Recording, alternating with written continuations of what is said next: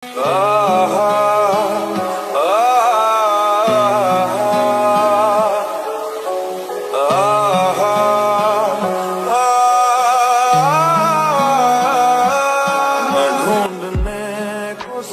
করো।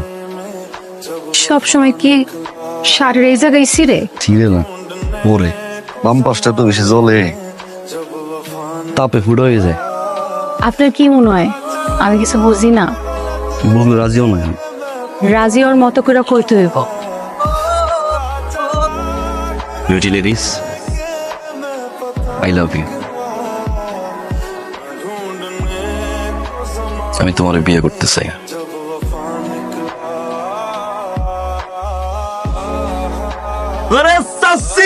Beauty ladies রাজি হইছে।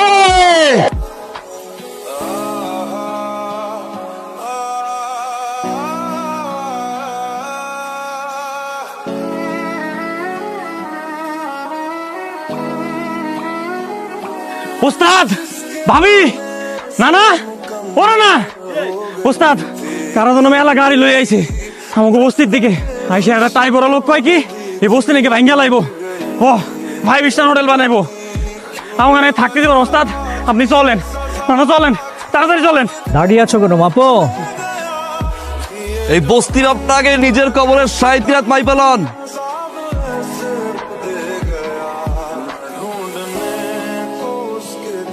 কি নাম তোমার বাবা? সোহাগ। বাহ, খুব সুন্দর নাম। তোমার বুঝাই বলি তুমি বুঝবা। এই যে তোমরা এই বস্তির মধ্যে থাকো, কষ্ট করে থাকো না? আমি চিন্তা করছি এই জায়গায় একটা 20 তলা বিল্ডিং বানাবো এবং সেখানে তোমাদের প্রত্যেককে একটা করে ফ্ল্যাট বসবে। আমরা মূর্খ হইতে পারি, আমরা বলত না। ট্রেনের চালের নিচে থাকি, আমরা শান্তিতে থাকি না। গো ওই 20 তলার আমাদের কোনো দরকার নেই। আমি যখন এইখানে 20 তলা বিল্ডিং বানাবো চিন্তা করছি, নিয়ত করছি আমি বানাবোই। কবর মাপার সময় দিছিলাম, এখন আর কবর মাপার সময় দিব। 5 সেকেন্ড সময় দিলাম, যদি আনতে না গেছে 22 মাটির নিচে বুঝতে পুঁতে দেবো। চলো। খোদা হাফেজ।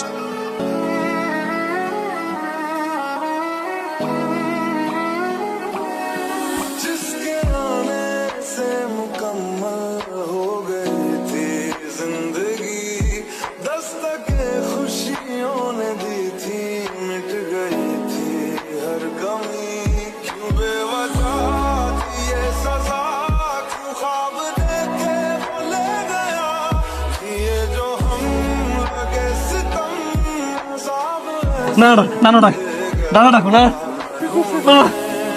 আল্লাহ মুক্তি দাঁড়িয়ে যা। বুঝতে পারো তোমরা 7,000 কোটি টাকার প্রজেক্ট। আপনি নাবিদের কথা বলছিলেন না, ওই নাবিটা চলে আসছে। পরে আসতে বলো, যাও। ওনার তো আরেক জায়গায় কাজ আছে, উনি পরে আসতে পারবেন। আচ্ছা ঠিক আছে, আসতে বলো, আসতে বলো।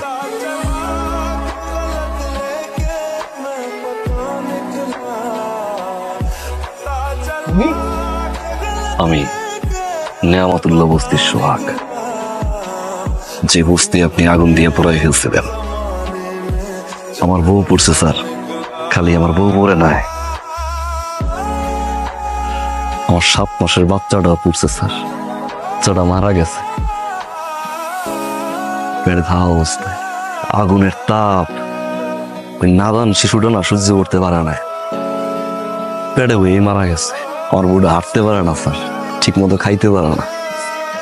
5 মাস বউরে অনেক যত্ন করছি স্যার আমি।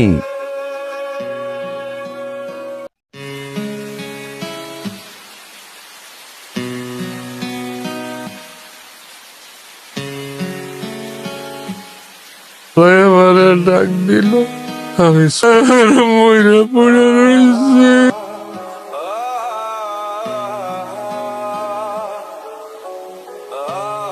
আমার নানারে ধরছেন কেন? কি করছে? উনি ব্যবসায়ী আলতাফ চৌধুরীকে খুর দিয়ে গলা কেটে হত্যা করেছে।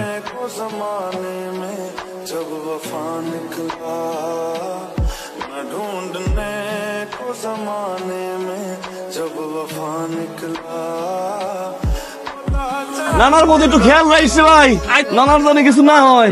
আচ্ছা ঠিক আছে, আমি কিছু টাকা পয়সা পাঠাবো না। আচ্ছা। খবর কি? সে আছে মোটামুটি, কিন্তু আপনারা নিয়ে একটু দুশ্চিন্তা করে। এগুলা এই যে মদ ছাই পাশ এগুলা খাইতে মানা করছে নানা। আপনারা কিছু টাকাও দিছে।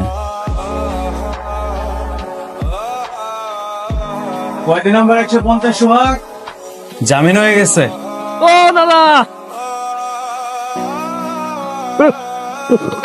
একটা মানুষ থাকতে নানার কাছে বড় হয়েছে, প্লাস্টিক তো হইতো বাবা মার ভালোবাসা নানাই এক শয়তানের বাচ্চা গলাটা চাপ দিয়া না না, সাপ দিয়া মরেন লাইক নেশার বন্ধ হয়ে মরছে। না না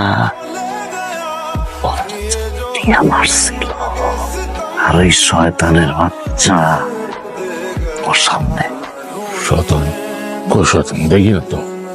দেও না করার আগে আর সত্য কথা কইতে পারে। আমি যদি পাপী হয়ে থাকি তার সে বড় পাপী হলো তোমার নানা। মুরব্বী কোথায় যাচ্ছে? মদ কিনতে? আপনি কি জন্য আসছেন সেটা আমি খুব ভালো করে জানি, কিন্তু আমার জীবন থাকতে এই বস্তির উপরে কোনো বিল্ডিং আমি বানাইতে দেব না। আমি যেটা চাই সেটা হলো আপনার জীবনটারে একটু সুন্দর করে বইরে দিতে চাই। মদ খাওয়ার জন্য আপনার টাকা জোগাড় করতে হবে। আপনার এই সব কষ্ট যাতে দূর হয়ে যায় সেই জন্যে আমি আপনার জন্য কিছু টাকা নিয়ে আসছি। বস্তির বাইরে আমি একটা রিক্সা খাড়া করে রাখছি, তুই এখান থেকে সোজা গিয়া রিক্সা উঠবি, ওইটা ব্রিজে যায় খাড়া থাকবি, আমরা এটা সেট করে। কি কষ্ট, এত রাত হয়ে গেছে, আমি এত রাতে ব্রিজের পাড়ে যাবো কেন? আমি এই বস্তিতে আগুন লাগাই দেবো। এই রাতে খাও আর এই যে আবুল তাবুল কও, ভাল লাগে না। খাই নাই খাই নাই, না না, তুমি এই পাপটা করো না। এই কাম আমি করব না রে বোন, তুই আমার সব খুলে দিছিস।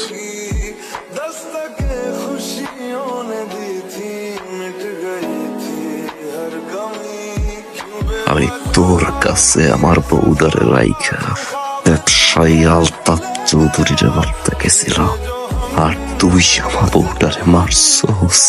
তুই জামাইয়ের কাছে যে আমি বস্তি থাকুন দিছি পারবি না। গলা চাপ দিয়া মারছস।